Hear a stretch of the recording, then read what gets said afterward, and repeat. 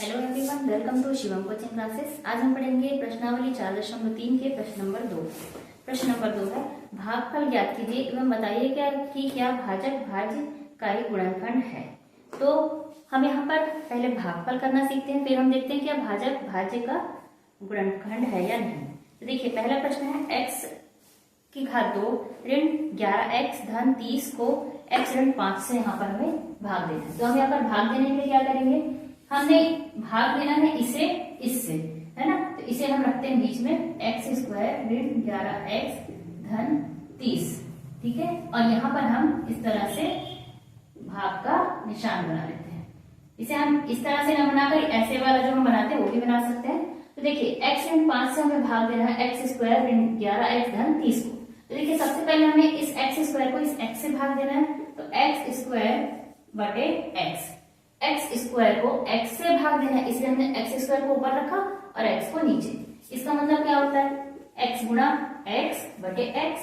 तो ये इससे कट गया, बचा क्या हमारे पास, सिर्फ x बचा। तो ये होगा हमारा यहाँ पर पहला उत्तर x। अब x का गुणा हमने x से किया तो क्या आया था हमारे पास, x का वर्ग, ठीक। अब इसी x का गुणा हमें इस दूसरी संख्या से करना है, ऋण 5 गुणा x। तो आएगा उत्तर ऋण 5x। ऋण 5 गुणा x बराबर ऋण 5x, ये आ जाएगा। ये हमने यहाँ लिख दिया। इसे अब हम घटाएंगे। घटाने के लिए देखिए, यहाँ पर हम जब हमें घटाना है तो इसका निशान धन था, ये धन में है तो ये ऋणात्मक हो जाएगा, और ये ऋण है तो ये धनात्मक हो जाएगा। ये बहुत ही आवश्यक है कि हमें इसके सबसे पहले निशान को, चिन्ह को बदलना होगा। जो धन है वो ऋण हो जाएगा और जो ऋण है वो धन हो जाएगा, ठीक है। अब देखिए, x वर्ग में से x वर्ग, यहाँ पर धन का चिन्ह है और इसके लिए ऋण का चिन्ह देखा जाएगा। इसे हम घटाएंगे तो यहाँ पर कुछ बचेगा क्या, नहीं। इसे हम यहाँ तो क्रॉस लगा दें या फिर इसे एक लाइन से कट कर दें, दोनों हम कर सकते हैं। अब यहाँ पर देखिए, ऋण 11x और धन 5x। ऋण 11x बड़ा है कि धन 5x, ऋण 11x है बड़ा, तो यहाँ पर आएगा हमारे पास ऋण का चिन्ह, और 11 में से 5 घट जाएगा। क्यों, क्योंकि दोनों के चिन्ह जो है ऋण और धन अलग अलग है। अगर समान चिन्ह होते तो वे आपस में जुड़ जाते, लेकिन ये असमान चिन्ह है, अलग अलग चिन्ह है, विपरीत चिन्ह है, इसलिए ये आपस में घट जाएंगे। 11 में से 5 हम घटाएंगे तो उत्तर आएगा 6x धन इस 30 को अब हम लिख देंगे यहाँ, ठीक है। आप सबको क्लियर हुआ होगा ये। अब देखिए, यहाँ पर हमारी पहली संख्या x वर्ग थी ना, वैसे ही अब हमारे पास यहाँ पर पहली संख्या है ऋण 6x को हमें भाग देना है किससे, इस x से। अब यहाँ पर देखिए, सिंपल है, ऋण 6 गुणा x, तो यहाँ x और x हो गए कैंसल, बचा क्या हमारे पास, ऋण 6। तो यहाँ उत्तर आएगा हमारे पास ऋण 6। ऋण 6 का गुणा हम x से करेंगे तो क्या आएगा, ऋण 6x। फिर ऋण 6 का गुणा हम ऋण 5 से करेंगे तो ऋण धन, और 6 पंचे 30। फिर से यहाँ पर हमें घटाना है, दोनों को भाग देने पर हम संख्याओं को, आपस में जो संख्याएं आती है ना उसको घटाते हैं, इसलिए यहाँ पर हम ऋण का चिन्ह लगाएंगे। ये हो जाएगा ऋण से धन और ये हो जाएगा धन से ऋण। अब ये ऋण है ये धन है, दोनों 6x खत्म हो गया, यहाँ पर कुछ नहीं बचा, धन 30 और ऋण 30। यहाँ पर क्या बचा, कुछ नहीं बचा। तो हमारे पास इसका इसमें रिमाइंडर या इसमें शेषफल क्या आया, 0। शेषफल 0 आया, है ना। तो शेषफल जब 0 आता है तो हम कह सकते हैं कि जो हमारे पास भागफल आया है वो इस संख्या का भाजक है। यहाँ पर हम कह सकते हैं कि क्या भाजक भाज्य का गुणनखंड है। तो यहाँ हम लिखते हैं, हाँ, भाजक भाज्य का गुणनखंड है। ये होगा हमारा यहाँ पर उत्तर, भाजक भाज्य का एक गुणनखंड है, ठीक है। अब हम देखते हैं प्रश्न नंबर दूसरा।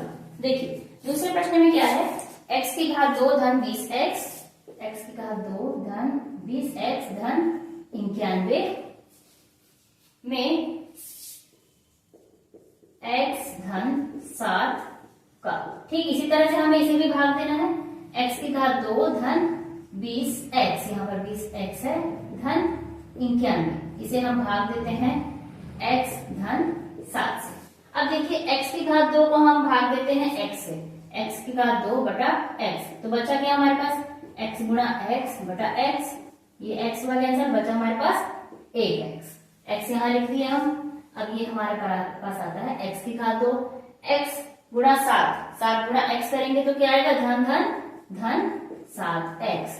ठीक है, अब यहाँ हम घटाएंगे तो चिन्ह बदलेंगे, ये बचा हमारे पास कुछ नहीं, x घात 2, x घात 2, ये धनात्मक चिन्ह है, ये ऋणात्मक है, ये बीच का ऋण चिन्ह है, इसे हमें ध्यान नहीं देना है, इसके सामने कुछ नहीं है, मतलब ये धन का चिन्ह है।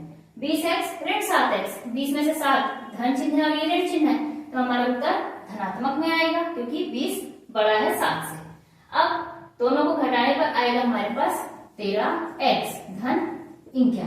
ठीक है, अब हमें 13x को भाग देना है x से, x कट गया, बचा क्या, 13, तो यहाँ पर आ जाएगा धन 13, 13 गुणा x 13x, 7 गुणा 13 धन धन धन, 13 सत्ते 91। तो यहाँ पर अब घटाने पर चिन्ह आपस में अलग अलग हो जाते हैं, 13x धनात्मक और ऋणात्मक कट जाएंगे, धन 91 और ऋण 91 हो जाएंगे 0, शेष पर यहाँ पर भी 0 है, तो उत्तर में यहाँ पर भी हम लिखेंगे हाँ भाजक भाज्य का गुणनखंड है, इस प्रकार से। ठीक है, ये हुए हमारे 2 प्रश्न। तो स्टूडेंट्स, इस वीडियो में बस इतने ही प्रश्न, अगले प्रश्नों को देखते हैं हम अगले वीडियो में, तब तक के लिए bye bye and thank you.